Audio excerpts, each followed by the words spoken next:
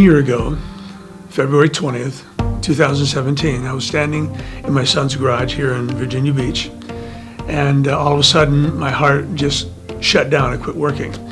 And I didn't feel anything, had absolutely no knowledge that anything was going wrong. All of a sudden I just was gone.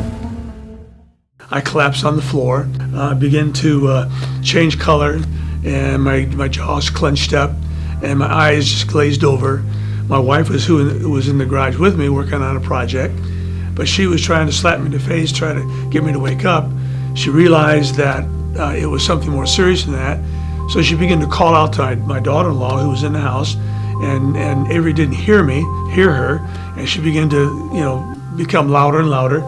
And a couple of Joel's neighbors were taking a walk down the street, and they heard all of the noise, all the commotion, and they come running up to see what the problem was. And then the EMTs showed up. Their initial description was that I was there without any heartbeat, and for the next hour and so many minutes, hour and a half, they were trying to revive me there at the hospital, and they applied the AED paddles another 3 times. And finally, at a little bit after 6, my heart stabilized, and then they put me in ICU, and I was there for a total of 11 days. They eventually did a heart cath, and eventually they put a heart defibrillator in my chest, and so that was the end of that story.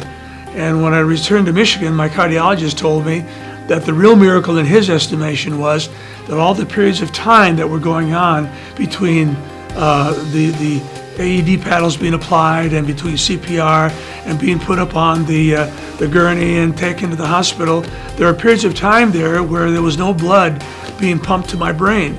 And he told me, he said, for you to be able to carry on a conversation is remarkable. The fact that you didn't have permanent brain damage is remarkable. I'm thankful that God is a God of grace, and my heart stopped beating. I experienced what they call a sudden cardiac death, but thank God, He's a living God.